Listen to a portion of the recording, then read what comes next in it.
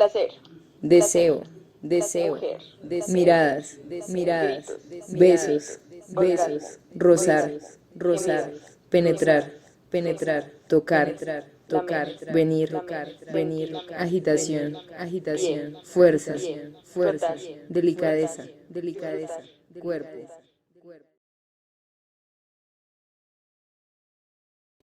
Aunque actualmente es más común hablar del sexo, este se ha tomado distintos significados con el paso del tiempo, pasando por fines netamente reproductivos hasta lo que hoy en día conocemos como la búsqueda del placer. ¿Pero qué es la búsqueda del placer? Desde la filosofía se le ha llamado hedonismo, cuya idea central es que la meta o finalidad de la vida sea satisfacer sus deseos, es decir, buscar el goce en todo sentido. Esto se ve reflejado en el mismo sistema socioeconómico bajo el cual estamos regidas y regidos. Se da gracias a que desde el capitalismo y en sí mismo el neoliberalismo, las personas buscamos satisfacer ciertos deseos, pero esto nunca se logra totalmente. El sistema nos compenetra de tal manera que crea opciones bajo las cuales nos sentimos más atraídas y las decisiones, que a simple vista parecen ser una elección y no una imposición, siempre terminan beneficiando al propio sistema. Aún así, normalmente queda la duda de haber podido elegir otra opción, y de ahí nacen las modalidades de consumo. En este sentido, la sexualidad también llega a ser parte de este juego, por lo que a partir de experiencias se busca llegar a ese fin último, al disfrute y al goce. ¿Pero de qué lado juega la sexualidad? Existe un factor que incide en todo lo anterior, que nos trastoca a cada uno y a cada una, desde donde la sexualidad, el capitalismo, el neoliberalismo y la vida como un todo se han moldeado. Es el patriarcado. Y tiemblan los machistas, que América Latina será toda feminista. No se puede hablar de la sexualidad o del placer de una manera general si estos han estado regidos desde la visión masculina. Existe una mercantilización del sexo de manera que se logre satisfacer los deseos sexuales masculinos, pues esa mercantilización y cosificación recae en la figura femenina, trayendo como consecuencia la invisibilización del placer sexual femenino. Pero es esta generación la que precisamente se ha encargado de germinar las reflexiones en torno a esta problemática. Pero ¿cómo podemos hablar de placer sexual femenino sin entender primero qué es el placer? placer, Deseo, deseo, miradas, miradas, besos, besos, rozar, rozar, penetrar, penetrar, tocar, tocar, venir, venir, agitación, agitación, fuerza, fuerza, delicadeza, delicadeza, cuerpo. No sabe comer el muchacho. Ya, basta. ¿Listo? Uno, dos. Aquí, no sé. Ahí. Yo creo que el placer, para mí, es todo lo que liberé como un montón de químicos en mi cerebro que me hacen sentir bien. Hay cosas que logran hacerlo de manera como consciente, como montando cicla, como leyendo, tomando cosas que me gustan, o estando con personas que me gustan. Pero también hay cosas que lo hacen de manera como inconsciente, como, no sé, el sol, tomar el sol o cosas por el estilo. Yo creo que el placer es todo lo que me estimula de forma positiva, tanto el cuerpo como lo físico, como cosas ya más intangibles, como lo emocional, espiritual o afectivo. Yo iba a decir solo una frase. Tú sí. No, ya no. No, pues para mí el placer es como conocer lugares nuevos y estar con personas que quiero. Y darme piquito. Darme piquito. Para mí el placer es caer. El placer es a cada objeto, cada acto, cada cosa, cada persona que te causa cierta satisfacción, ¿cierto? Entonces, por ejemplo, yo puedo encontrar placer en comiendo a humanos. No, puedo encontrar el placer, no sé, a mí me gusta escuchar música, a veces en la comida, cosas dulces, en acciones de la gente, que me abracen, que me den cariño, ese tipo de cosas son las que me causan placer. Para mí el placer sería viajar y comer y pasarla rico.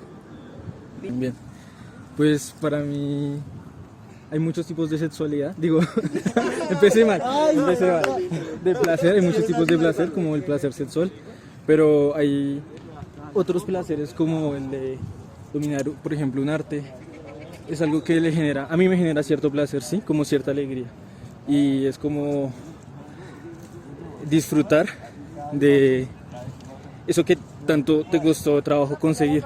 Para mí eso es un tipo de placer. Está también el placer de los sentidos, como, no sé, el de la comida. Es que hay muchos, es que realmente es ambiguo y difícil para mí definirlo.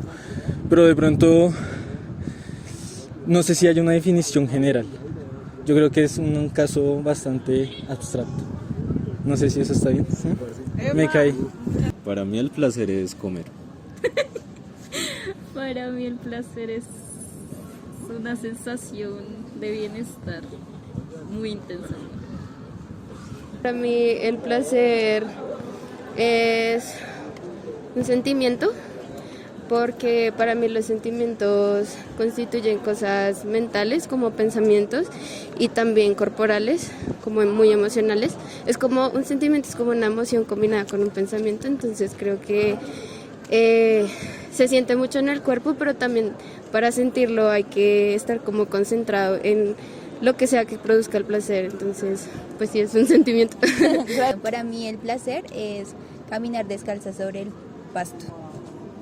Para mí el placer es comer cada que quiera porque siempre tengo hambre. Y para mí el placer es atreverme a hacer cosas.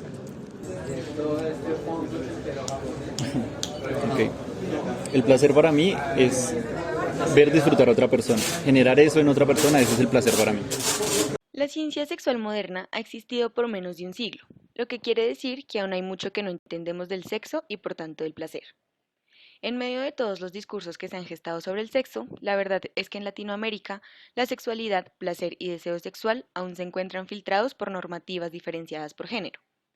Esto quiere decir que, cuando se habla de la sexualidad de las mujeres, se suele hacer desde la promoción de la abstinencia y pasividad sexual, fortaleciendo así las narrativas de madre-esposa que la sitúa desde su función reproductivo-maternal, negando totalmente el deseo y el placer sexual. Hasta el siglo XVIII, el discurso dominante representaba a los cuerpos como versiones jerárquicas del mismo sexo, donde el cuerpo femenino era interpretado como una versión inferior e invertida del masculino. En este periodo se enfatizó el placer sexual y el orgasmo femenino como elementos de una fecundación exitosa. Aunque estos planteamientos han sido duramente criticados por diversos sectores feministas que han afirmado que la sexualidad de las mujeres debe verse más allá de esa idea biologicista de la reproducción, reivindicando y dando lugar más central al placer y al deseo. Es fundamental entender qué papel juega el placer en la constitución de una sexualidad que sea sana e integral, por lo que preguntas como cómo se habla del placer, desde dónde se aborda el placer, quiénes hablan del placer y qué queremos hablar sobre el placer, se vuelven centrales para la constitución de relaciones no solo interpersonales, sino intrapersonales y de autoconocimiento. No se ha perdido esa esencia de que como que el hombre es el que domina y el que más siente, como el que importa, porque pues yo lo veo así, lo siento así y me ha pasado personalmente. Pero siento que también aunque todavía sigue esa esencia, ya no es tan fuerte, como que ya ahora hay más, pues no sé, personalmente a mí me ha pasado que como que sí es más la preocupación de que yo también sienta, de que también me sienta a gusto, de que esté cómoda, que no solamente el hombre únicamente es el que siente, o no sé, te pongo un ejemplo, como que estamos en el acto y ya el hombre acaba y listo, ¿sí? Como que ya no importa si yo sentí o no, siento que sí todavía está, pero ya no es tan marcado, o sea, ya hay más como algo más mutuo.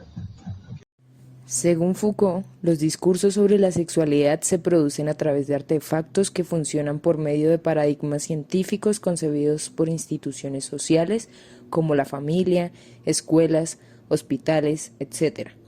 Específicamente, hay 4 grupos que generan conocimientos y mecanismos de poder sobre la sexualidad.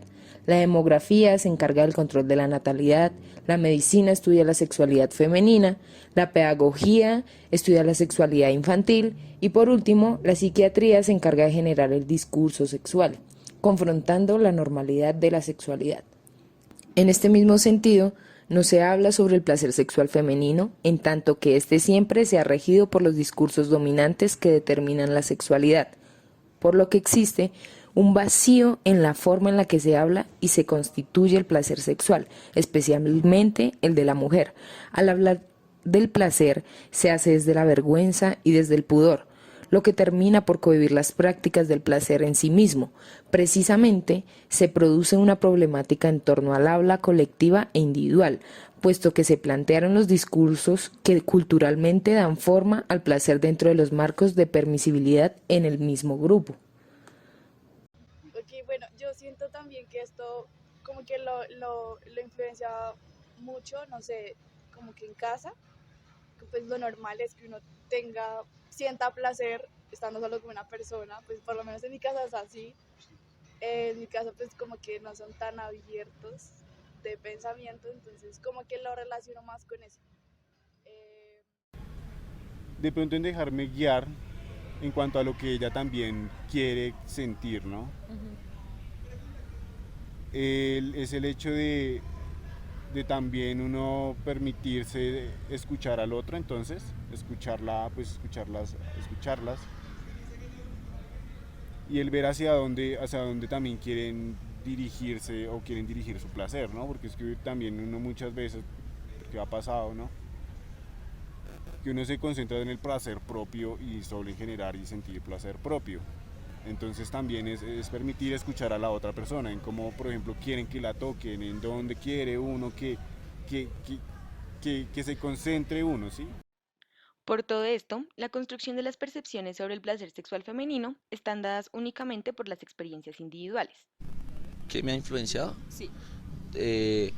Las experiencias propias, digamos, no es que como que uno se ponga a hablar con alguien, no, sino como que uno va identificando eso al pasar el tiempo.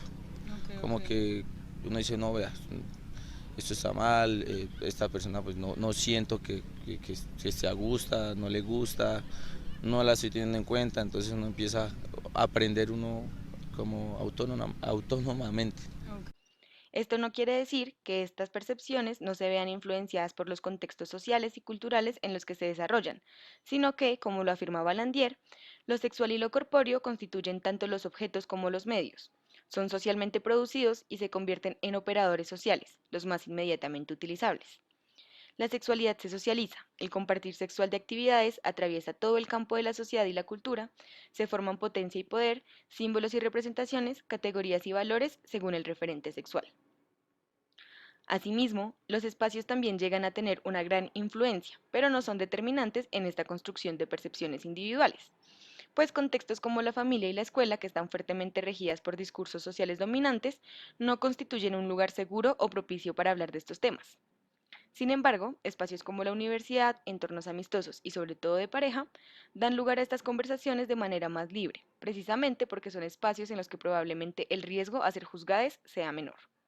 Pues yo estudié en un colegio católico, entonces no se exploraba eso, sino que se decía que pues, como que la educación sexual se reducía, que el mejor método anticonceptivo era la abstinencia y no se hablaba más allá del placer sexual en general, sino que eso se omitía y era un tabú, y mi familia un poco también lo manejó así pues hasta cierto punto, y como que también les cuesta abrirse en esos temas, y pues también lo entiendo un poco, porque ellos también tienen pues una forma de ver la sexualidad pues muy diferente a la que pues nuestra generación la tiene, que desde la universidad, como de esos círculos un poco más de liberación, en todos los sentidos, ¿sí? Digamos, si ya hablamos del placer en general, pues con las drogas, con el alcohol, con las fiestas,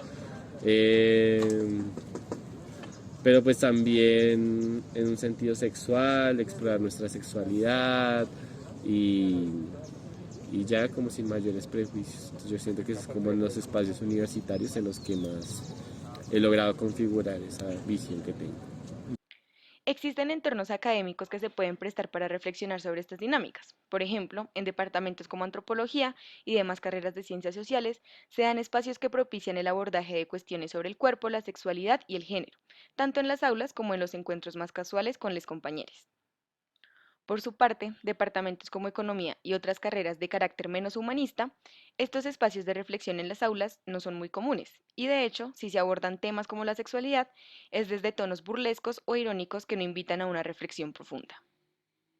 La carrera permea el acto sexual o la concepción del placer sexual. Yo creo que hacia la antropología es como la certeza de que no hay un concepto que sea definido, que sea firme, como que todo es móvil, como que también andar mucho en las palabras del otro, como me estás diciendo esto, intento entenderlo, no estoy asumiendo que tú quieres, no quieres, o sea, como que desde la antropología creo que podría haber una exploración más discursiva o más narrativa de cómo se está viendo el placer sexual, entonces también creo que hay algo más procesual, como un cuidado, como más un plazo de tiempo más grande para la experimentación, pero también para hacerse preguntas, incluso sobre la misma concepción del placer de uno, o sea, creo que una como antropóloga no dice, no, es que a mí me gusta así, así, así, y es porque sí, ya, sino como que uno se va preguntando, bueno, la razón por la que me guste esto, a qué raíz se va o como a qué se debe, va un poco más atrás, va un poco más allá de lo que uno es materialmente. Yo creo que esa sería como la particularidad de la antropología. O sea, de alguna forma sí, ¿no? Y muchas veces se daban en esas cátedras que intentaban dar de educación sexual y que a la final siempre resultaban siendo un fracaso en todos los colegios, pienso yo, ¿no? En mi colegio pues siempre fue un fracaso esa vaina porque a la final no se terminó dando y lo que sí terminó fue habiendo mucha desinformación. Y es algo que se debería implementar ahorita aún, ¿no? Esa parte de educación sexual, el cómo el placer es parte también del sentir y no solo es un sentir que se va netamente a lo sexual, sino que también va dirigido a otras cuestiones y bajo ese sentir también es el respeto hacia el otro o hacia los otros siempre. Más que todo como la institución de la familia me ha ayudado a construir cositas, más como instituciones como el colegio y estas cosas. Creo que en general es por la ausencia de mandatos concretos que yo me he permitido construir cosas. O sea, ¿tu familia ha sido como un ente que te ha ayudado a conocer sobre estos temas? Ha sido una ausencia y en esa ausencia, como no se me ha dicho nada de usted no puede sentir de esta manera, está mal, el colegio nunca me dijo enfáticamente que estuviera mal sentir de maneras particulares, la universidad, o sea, nunca me lo dijo, nunca lo sentí como un romper un esquema, o sea, creo que el esquema yo lo construía y a la par nadie me decía como no, oye, por ahí no es. En este mismo sentido, dentro de instituciones como la familia, el pudor juega un papel importante, pues puede que se llegue a hablar de sexo, pero no se hace de manera explícita, hablando sobre lo que es, sino que se enfoca en las consecuencias que este puede traer, como las enfermedades de transmisión sexual o los embarazos no deseados. El placer no tiene cabida en estas conversaciones, y menos el femenino, pues este o se da por hecho o se asume incluso como innecesario. Este vacío que se crea culturalmente sobre el placer femenino invita a las personas a construir su percepción sobre este más allá de los espacios e instituciones, apelando a la experiencia como fuente principal de información, por lo que se afirma que esa percepción nunca llega a ser totalmente consolidada, pues cada experiencia va nutriendo y a su vez cambiando lo que se entiende y se percibe como placer sexual femenino. Penetrar, tocar, venir, agitación, fuerza, delicadeza, cuerpo.